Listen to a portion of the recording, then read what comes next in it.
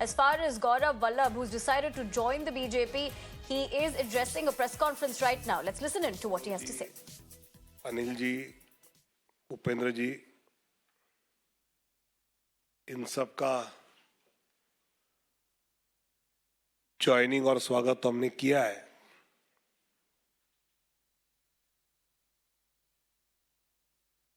कल जैसे मैंने 3 सवाल पूछे, आज भी मैं पूछना चाहता हूं कि एक तरफ आदरणीय प्रधानमंत्री नरेंद्र मोदी जी नारी शक्ति का सम्मान करते हुए दिख रहे हैं। कोई बुजुर्ग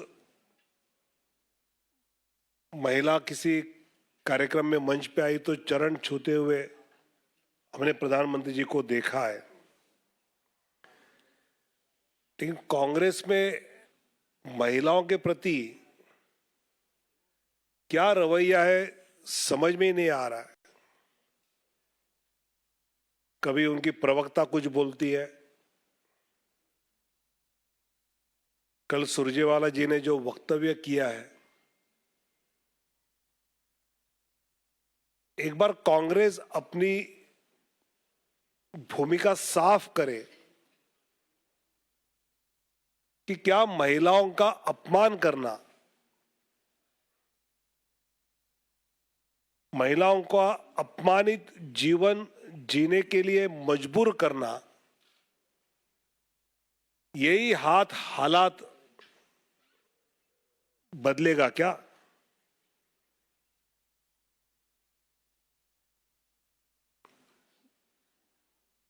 ये कहीं कम लग रहा था तो छत्तीसगढ़ के कांग्रेस के नेता प्रतिपक्ष कह रहे हैं मोदी जी की सर फोड़ने की बात। मतलब विपक्ष के मुद्दे शायद खत्म होते जा रहे हैं और ऐसी बातों का सहारा लेते हुए मतलब कोई नेता इस प्रकार की बात कर सकता है तो छत्तीसगढ़ के नेता प्रतिपक्ष समझ जाए कि देश की जनता मोदी जी को चाहती है, वो लाठी उठाने वाले का क्या हाल कर सकती है, आप समझ लो। और इसलिए कांग्रेस अपने नेता प्रतिपक्ष का ये वक्तव्य के बारे में क्या कहना चाहती है वो हम सुनने के लिए उत्सुक हैं। और जिस कच्चा टीपू द्वीप की बात हमने कही थी, अब उसको लेकर कांग्रेस के सहयोगी एमडीएमके ने कहा कि कांग्रेस ने तमिलनाडु की जनता से धोखा किया। ये घमंडिया गठबंधन के सदस्य ही कह रहे हैं, इसका जवाब राहुल जी क्या देंगे ये सुनने के लिए हम उत्सुक हैं। आज यहां पर हमने प्रोफेसर गौरव जी का पार्टी में ज्वाइनिंग करते हुए स्वागत किया है। लगभग 1 दशक से कांग्रेस के प्रवक्ता रहे हैं, राष्ट्रीय प्रवक्ता रहे हैं और शिक्षा जगत में भी अपना एक महत्वपूर्ण स्थान चार्टर्ड अकाउंटेंट स्वयं है।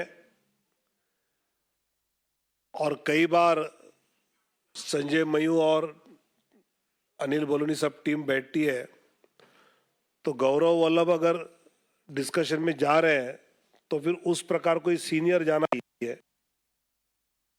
ऐसी चर्चा उनके कमरे में मैंने सुनी है और ऐसे गौरव जी का आज पार्टी ज्वाइनिंग हो रहा है, मैं उनका स्वागत करता हूं।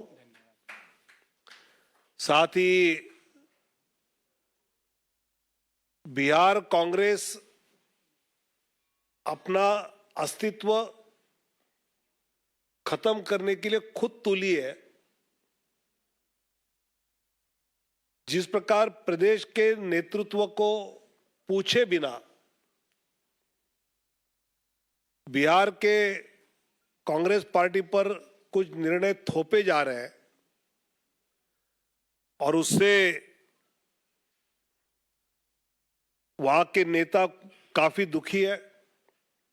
अनिल शर्मा जी जो कांग्रेस कमेटी के बिहार के अध्यक्ष रहे हैं और उनके छात्र जीवन में छात्र संघ के अध्यक्ष तो रहे, लेकिन एक छात्र नेता के नाते, एक जुझारू नेता के नाते उनका परिचय रहा। वो भी आज भारतीय जनता पार्टी से जुड़े हैं, उनका भी मैं स्वागत करता हूं। और उपेंद्र प्रसाद जी जो महागठबंधन के केवल प्रत्याशी नहीं तो एक उस बिहार के इलाके में एक शक्ति रही, आज उपेंद्र जी भी भारतीय जनता पार्टी में आदरणीय नरेंद्र मोदी जी के नेतृत्व में विकसित भारत की संकल्पना को मजबूत करने के लिए जुड़ चुके हैं। इन तीनों का मैं स्वागत करता हूं और इन तीनों के आने से मैं मानता हूं कि गौरव जी है, अनिल जी है, उपेंद्र जी है, इन तीनों के पार्टी प्रवेश से पार्टी को तो बल मिलेगा, लेकिन उनकी क्षमताओं का उपयोग करते हुए हम जो विकसित भारत की संकल्पना लेकर चल रहे हैं उस पर और गति से चल पाएंगे, ये मुझे विश्वास है। धन्यवाद।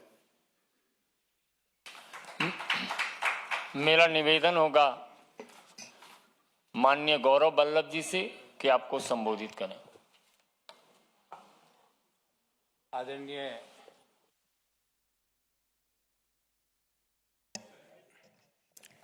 आदरणीय विनोद तावड़े साहब, संजय मयूख जी, मंच पर मेरे साथ विराजे हुए अनिल जी, उपेंद्र जी और आप सभी पत्रकार साथियों को मेरा सादर नमस्कार और प्रणाम।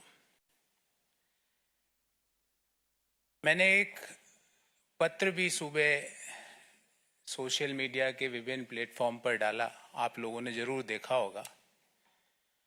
और उस पत्र में मैंने अपने दिल की सारी व्यथाएं, इश्यूज जो मैं समय समय पर कांग्रेस पार्टी की लीडरशिप को अवगत भी कराता था, वो मैंने सारे उसमें लिख दिए।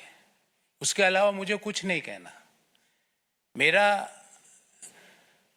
दृष्टिकोण शुरू से ये रहा है कि भगवान श्री राम का मंदिर बने, न्योता मिले और हम न्योते को कांग्रेस पार्टी लिख के भेजे कि हम नहीं जाएंगे, मैं इसे स्वीकार नहीं कर सकता। देश में मैं अर्थशास्त्र का विद्यार्थी हूं, बड़े समय तक अर्थशास्त्र और वित्त देश के प्रतिष्ठित संस्थाओं में पढ़ाया भी है मैंने।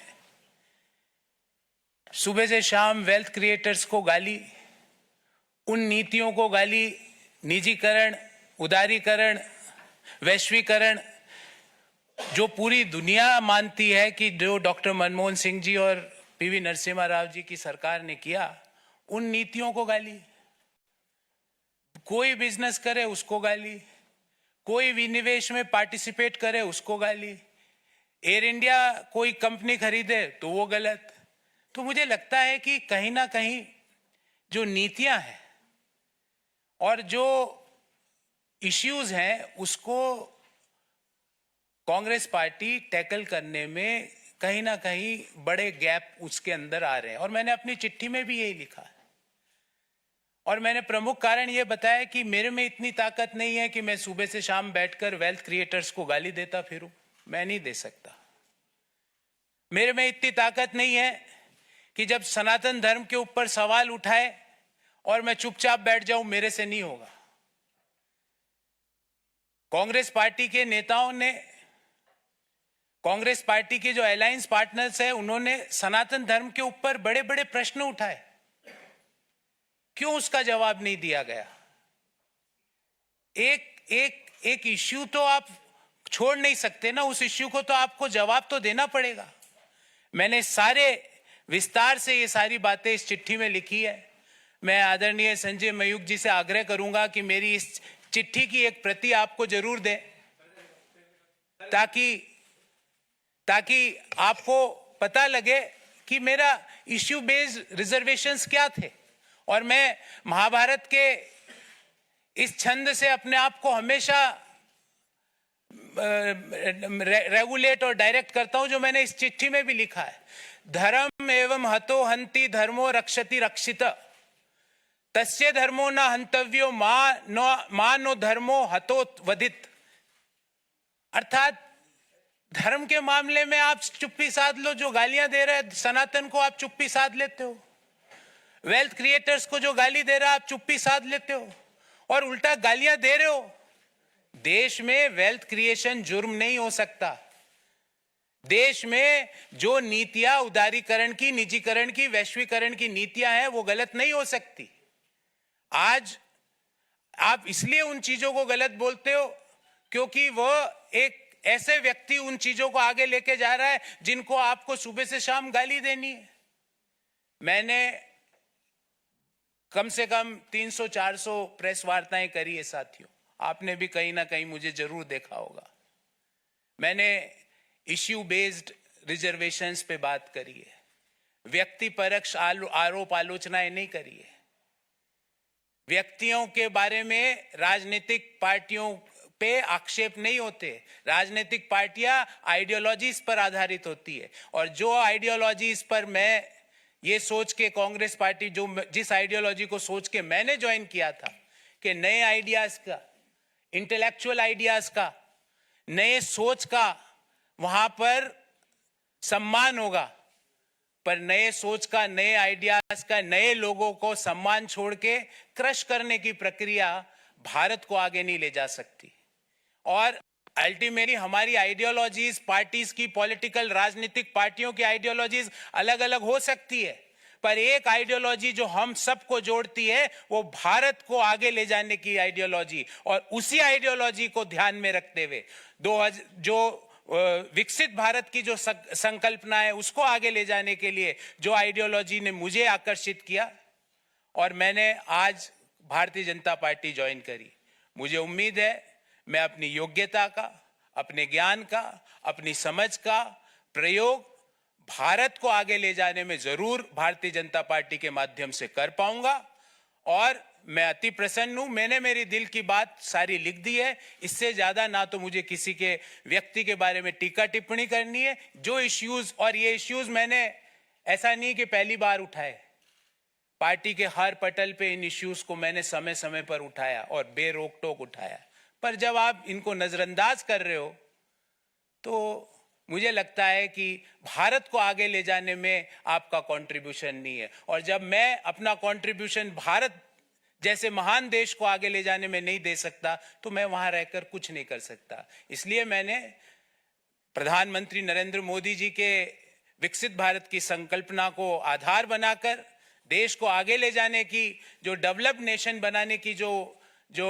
मोदी जी का सपना है उसको साकार करने के लिए जो भी मेरे से योगदान होगा वो मैं पूर्ण रूप से दूंगा। इससे ज्यादा मैं आज आपसे कुछ नहीं कहना चाहता। बहुत बहुत धन्यवाद, बहुत बहुत धन्यवाद तावड़े साहब, संजय जी और आप सभी लोगों को जिन्होंने मुझे ये अवसर दिया।